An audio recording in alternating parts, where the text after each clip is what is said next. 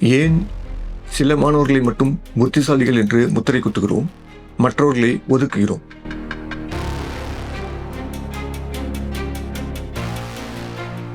பாரம்பரிய வகுப்பறைகள் அனைத்து மாணவர்களுக்கும் உண்மையிலேயே பொருந்துமா?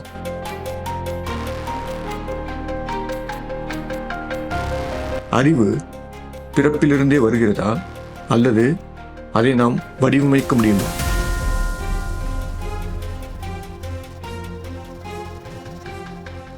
ஒரு மேதை எப்படி இருக்க வேண்டும் என்று யார் தீர்மானிக்கிறார்கள்?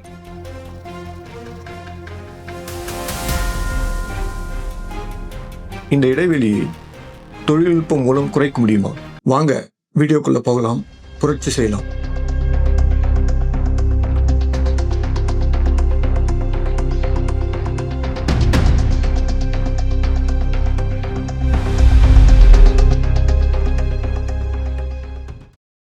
ஃப்ரெண்ட்ஸ், அனைவருக்கும் இனிய நாள்.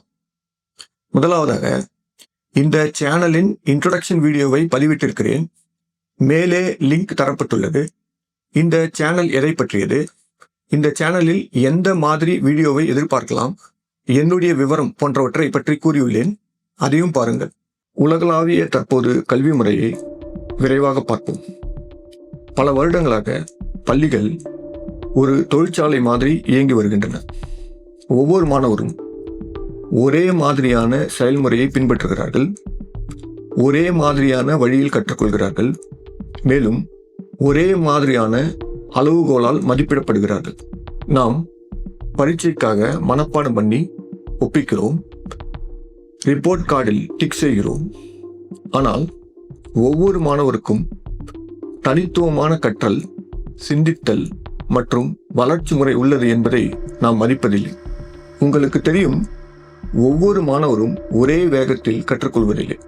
சிலர் விரைவாக புரிந்து கொள்கிறார்கள், மற்றவர்களுக்கு விஷயங்களை புரிந்து கொள்ள கூடுதல் நேரம் தேவைப்படுகிறது. ஆனால் இந்த வேறுபாடுகளை கொண்டாடுவதை விட்டுவிட்டு நமது அமைப்பு பெரும்பாலும் அவர்களுக்கு முத்திரை குத்துகிறது. ஒரு மாணவரை புத்திசாலி என்றும் மற்றவரை மந்தம் என்றும் முத்திரை குத்துகிறது. துரதிருஷ்டவசமாக இந்த முத்திரைகள் பள்ளி மதிப்பெண்களை மட்டுமல்லாமல் முழு எதிர்காலத்தையும் பாதிக்கிறது. ஒரு மாணவர் இளம் வயதிலேயே மந்தம் என்று முத்திரை குத்தப்பட்டால் அவர்கள் முயற்சி செய்வதையே நிறுத்திவிடக்கூடும், சவால்களை தவிர்க்கக்கூடும். மேலும் அவர்கள் எதை செய்யக்கூடியவர்களோ அதைவிட குறைவான இலக்கையே நிர்ணயித்துக் கொள்வார்கள். அதோடு முடியவில்லை. சில சந்தர்ப்பங்களில் மாணவர்களுக்கு முத்திரை குத்துவது அமைப்பு மட்டுமல்ல, சில புகழ்பெற்ற நிறுவனங்களிலிருந்து பட்டம் பெற்றவர்கள் கூட, எல்லோரும் அல்ல, ஒரு சிலர் சில நேரங்களில் தங்களை இயல்பாகவே விசேஷமானவர்களாக பார்க்க தொடங்கி விடுகிறார்கள். சரியான வாய்ப்புகளும் தரமான கல்வியும் இருந்தால் யார் வேண்டுமானாலும் சிறப்பான நிலையை அடைய முடியும் என்பதை அவர்கள் மறந்து விடுகிறார்கள். அவர்களின் கடின உழைப்பை நாம் கேள்விக்கு உட்படுத்தவில்லை. நிச்சயமாக அவர்கள் அர்ப்பணிப்பு மற்றும் முயற்சியின் மூலமாகவே வெற்றியை பெற்றார்கள், அதில் எந்த சந்தேகமும் இல்லை. ஆனால் ஒரு சிலர் பணிவு இல்லாமல் ஒரு சிறப்பு நிலை இருப்பதாக நினைப்பதை நாம் கேள்வி கேட்கிறோம். இது ஒரு குறுகிய பார்வையை உருவாக்குகிறது. உண்மை என்னவென்றால், மெதுவாக கற்றுக்கொள்வது ஒருவருக்கு திறமை இல்லை என்று அர்த்தமில்லை. ஐன்ஸ்டீன் அல்லது எடிசனை பற்றி யோசித்து பாருங்கள். அவர்கள் ஒரு காலத்தில் மெதுவாக கற்கும் மாணவர்களாகவே பார்க்கப்பட்டனர். ஆனால் அவர்கள் தங்கள் கருத்துக்களால் உலகத்தையே மாற்றினார்கள். இங்கு பிரச்சனை என்ன? எல்லா மாணவர்களுக்கும் ஒரே மாதிரியான கற்றல் அணுகுமுறை, அதுதான் உண்மையான பிரச்சனை. ஒவ்வொரு மாணவரும் வித்தியாசமாக கற்றுக்கொள்கிறார்கள். அவர்கள் மூளையிலே தனித்துவமான வடிவங்கள், சவால்கள் மற்றும் தகவல்களை செயலாக்கும் முறைகள் உள்ளன. அந்தந்த மாணவர்களுக்கு ஏற்றவாறு நமது கற்பித்தல் முறையை நாம் மாற்றியமைக்க வேண்டும். நாம் உண்மையை சொல்ல வேண்டும் என்றால் இதற்காக நாம் ஆசிரியர்களை குறை சொல்லவில்லை. அவர்கள் ஏற்கனவே பெரிய வகுப்புகளை கையாள்கிறார்கள். இதனால் ஒவ்வொரு மாணவருக்கும் ஒன்றுக்கு ஒன்று கவனம் செலுத்துவது என்பது கிட்டத்தட்ட சாத்தியமற்றது. ஆனாலும் இந்த கல்வி முறைக்கு ஒரு புதுப்பித்தல் தேவை என்று நாம் உணர வேண்டும். எனவே தொழில்நுட்பம் இதை சரி செய்ய நமக்கு எப்படி உதவி செய்யும் என்பதை நாம் ஆராய்வோம். தொழில்நுட்ப தீர்வுக்குள் செல்வதற்கு முன் பரிணாம வளர்ச்சி பற்றியும், கற்றல் ஒரு பரிணாம வளர்ச்சியின் செயல்முறை என்பதையும் நாம் சிறிது நேரம் சிந்திக்க வேண்டும். இயற்கையில் ஒவ்வொரு புதிய கற்றலும் அதற்கு முன் வந்த ஒன்றின் மீது கட்டமைக்கப்படுகிறது. இது 2 பழைய முனைகளை இணைத்து ஒரு புதிய முனையை உருவாக்குவது போன்றது. ஒவ்வொரு முறையும் நீங்கள் புதிதாக ஒன்றை கற்றுக்கொள்ளும் போது முதலிலிருந்து தொடங்க வேண்டும் என்றால் எந்த முன்னேற்றமும் இருக்காது, எந்த பரிணாம வளர்ச்சியும் இருக்காது. உதாரணத்துக்கு ஒரு சிம்பான்சியை எடுத்துக்கொள்ளுங்கள். அது ஒரு கல்லை ஒரு கருவியாக பயன்படுத்தி பழத்தை திறந்து உள்ளே இருக்கும் கொட்டையை எடுக்கிறது. அது எப்படி இந்த நிலைக்கு வந்தது என்று சிந்தித்து பார்ப்போம். நாம் சில 100 ஆண்டுகளுக்கு பின்னோக்கி சென்றால் சிம்பான்சி ஏற்கனவே 2 முக்கிய விஷயங்களை கற்றுக்கொண்டிருந்தது. முதலாவதாக, கற்கள் கனமானவை மற்றும் பொருள்களை உடைக்கக்கூடியவை என்பதை அது கற்றுக்கொண்டது. இரண்டாவதாக, பழத்திற்குள் உண்ணக்கூடிய ஏதோ மறைந்திருக்கிறது என்பதையும் தெரிந்து கொண்டது. பரிணாம வளர்ச்சியில் இந்த 2 கற்றல்களையும் இணைத்து ஒரு கல்லை ஒரு கருவியாக பயன்படுத்தி பழத்தை திறப்பது போன்ற ஒரு புதிய கண்டுபிடிப்பை உருவாக்கியது. மனிதர்களாகிய நமது பயணத்தை பற்றி சிறிது சிந்திப்போம். நெருப்பை கண்டுபிடிப்பதில் தொடங்கி இது நீராவி இயந்திரம் போன்ற கண்டுபிடிப்புகளுக்கு வழிவகுத்தது. பின்னர் சக்கரம் கண்டுபிடிக்கப்பட்டது. இது போக்குவரத்தில் புரட்சியை ஏற்படுத்தியது. அச்சு இயந்திரம் ஒரு பெரிய அளவில் தகவல் தொடர்புகளை மாற்றியது. இணையம் ஏஐக்கான அடித்தளத்தை அமைத்தது. இன்று ஏஐ ரோபாட்டிக்ஸ் எதிர்காலத்தை நோக்கி நம்மை அழைத்துச் செல்கிறது. ஒவ்வொரு திருப்பு முனை கண்டுபிடிப்பும் ஒரு கட்டிடத்திற்கு புதிய தளங்களை சேர்ப்பது போல அதற்கு முன் வந்தவற்றின் மீது கட்டமைக்கப்பட்டது. ஒரு வலுவான அடித்தளம் இல்லாமல் வானளாவிய கட்டிடத்தை நீங்கள் கட்ட முடியாது. மேலும் நமது கடந்த கால கற்றல்களும் சாதனைகளுமே நமது எதிர்கால கண்டுபிடிப்புகளுக்கு அடித்தளம். ஒரு ஏஐ மாடலை பயிற்றுவிக்கும் போது கூட, ஏஐ மாடலை ட்ரைனிங் பண்ணும் போது கூட செயல்முறை மிகவும் ஒத்ததாகவே இருக்கிறது. ஒரு டீப் லேர்னிங் மாடலை கவனியுங்கள். அது இன்புட் அடுக்கில் தொடங்கி பல இடை அடுக்குகள் வழியாக நகர்ந்து ஒரு அவுட்புட் அடுக்கில் முடிவடைகிறது. ஒவ்வொரு அடுக்குகளும் அதற்கு முந்தைய அடுக்கிலிருந்து அறிவை பெற்று அந்த மாடல் ஒரு துல்லியமான கணிப்பை செய்யும் வரை தகவலை படிப்படியாக செம்மைப்படுத்துகிறது. இந்த அடுக்குகள் படிப்படியாக கற்றுக்கொள்ளவில்லை என்றால் இறுதி கணிப்பு சாத்தியமற்றதாகிவிடும்.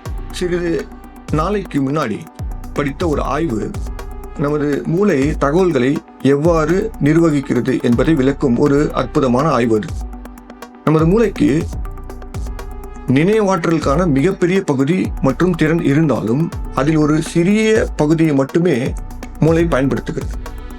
அதை நாம் ஆங்கிலத்தில் ஒர்க்கிங் மெமரி என்று அழைக்கிறோம். ஏன் அப்படி?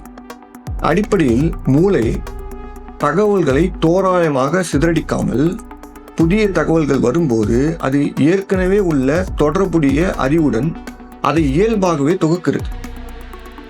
இந்த செயல்முறை ஆங்கிலத்தில் சங்கிங் என்று குறிப்பிடப்படுகிறது. இது அதிக தகவல்களை திணிக்காமல் கற்றலை மிகவும் திறமையானதாக ஆக்குகிறது. மேலே உள்ள அனைத்து எடுத்துக்காட்டுகளும் நமக்கு ஏற்கனவே உள்ள கற்றல்களை பயன்படுத்தி புதிய கற்றலை திறம்பட நிகழ்த்தலாம் என்பதை காட்டுகின்றன. இப்போது இந்த யோசனையை மாணவர்களுக்கு பயன்படுத்தலாம். ஒவ்வொரு மாணவருக்கும் அவர்களின் தனித்துவமான ஆர்வங்களும் முந்தைய அறிவும் இருக்கும். சிலர் கால்பந்தில் ஆர்வமாக இருப்பார்கள், மற்றவர்கள் மீன்பிடித்தல், தோட்டக்கலை அல்லது கேமிங் போன்றவற்றில் விருப்பமுள்ளவர்களாக இருப்பார்கள். யாராவது கால்பந்து அல்லது கிரிக்கெட்டை விரும்புகிறார்கள் என்று வைத்துக்கொள்வோம். அவர்களிடம் அந்த விளையாட்டு பற்றி எந்த கேள்வி கேட்டாலும் அவர்கள் தெளிவாகவும் விரிவாகவும் பதிலளிப்பார்கள். ஏனென்றால் நீங்கள் ஒரு விஷயத்தில் ஆர்வமாக இருக்கும்போது அந்த தலைப்பை சுற்றி உங்கள் மூளை தெளிவான திறமையான வடிவங்களை உருவாக்குகிறது. எனவே அவர்கள் ஏற்கனவே அறிந்ததை வைத்து புதிய பாடங்களை விரைவாகவும் திறம்படவும் கற்றுக்கொள்ள உதவினால் எப்படி இருக்கும்? ஒரு லார்ஜ் லாங்குவேஜ் மாடல், அதாவது ChatGPT, DeepSeek, Gemini போன்ற மாடலை வைத்து அவர்களுக்கு ஏற்கனவே இருக்கின்ற அறிவை பயன்படுத்தி ஒவ்வொருவருக்கும் ஏற்ற மாதிரி கற்றுக் கொடுத்தால் எவ்வாறு இருக்கும்? இப்போது தீர்வை காணலாம். ஒரு ஆசிரியர் ஒரு தலைப்பை போர்டில் விளக்கி கொண்டிருக்க ஒரு கேமரா போர்டில் எழுதப்பட்டிருப்பதை படம் பிடித்து ஒரு AI சிஸ்டத்துக்கு அனுப்புகிறது என்று கற்பனை செய்து பாருங்கள். இதனுடன் ஒவ்வொரு மாணவரின் தனிப்பட்ட விருப்பங்களையும் AI கொண்டுள்ளது. ஒவ்வொரு மாணவருக்கும் ஒரு சாதனம் உள்ளது. ஒரு மாணவர் விளக்கத்தை முழுமையாக புரிந்து கொள்ளவில்லை என்றால் அவர்கள் ஒரு பட்டனை அழுத்துவதன் மூலம் AIக்கு ஒரு கோரிக்கையை அனுப்பலாம். அந்த சிஸ்டத்துக்கு போர்டில் என்ன விளக்கப்பட்டது என்பது ஏற்கனவே தெரியும். மேலும் மாணவரின் குறிப்பிட்ட விருப்பங்களும் தெரிந்திருப்பதால் அது அவர்களுக்கு தேவையான பொருத்தமான எடுத்துக்காட்டுகளை பயன்படுத்தி அந்த மாணவருக்கு ஏற்றவாறு தனிப்பட்ட விளக்கத்தை உருவாக்கி அவர்களின் சாதனத்துக்கு அனுப்புகிறது.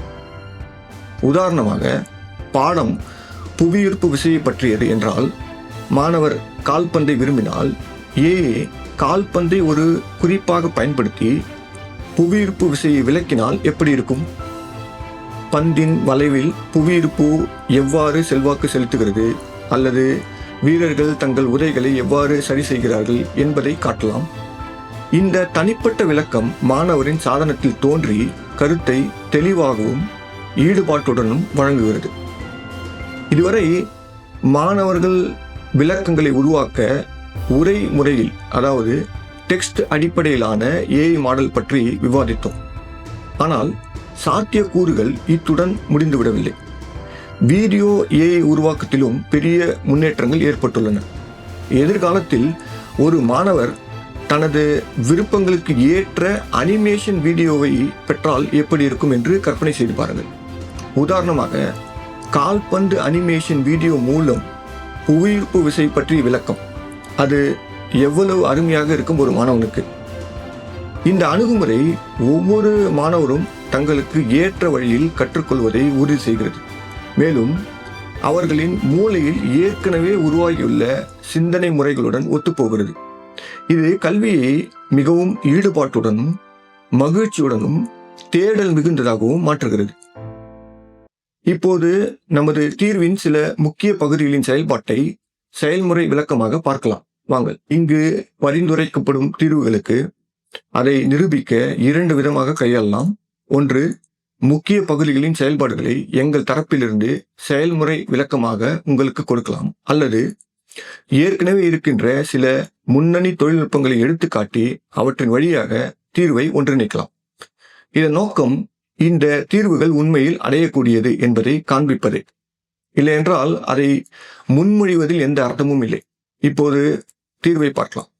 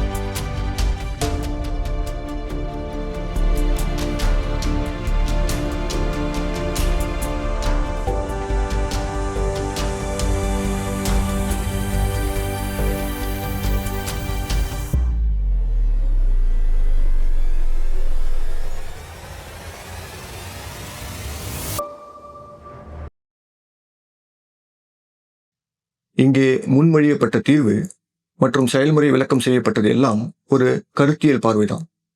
இது சரியானதாக இருக்காது, இதில் சில குறைபாடுகள் இருக்கலாம்.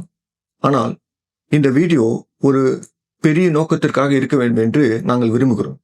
அதாவது ஒரு விழிப்புணர்வை தூண்ட வேண்டும், உலகளாவிய உரையாடலை தொடங்க வேண்டும், இன்னும் மேலும் சிறந்த யோசனைகளை உருவாக்க வேண்டும் என்பதே. ஒவ்வொரு மாணவரும் முக்கியமானவர்களே. அவர்கள் அனைவரும் விஞ்ஞானிகளாகவும் படைப்பாளர்களாகவும் புதுமை செய்பவர்களாகவும் மாறட்டும். நன்றி.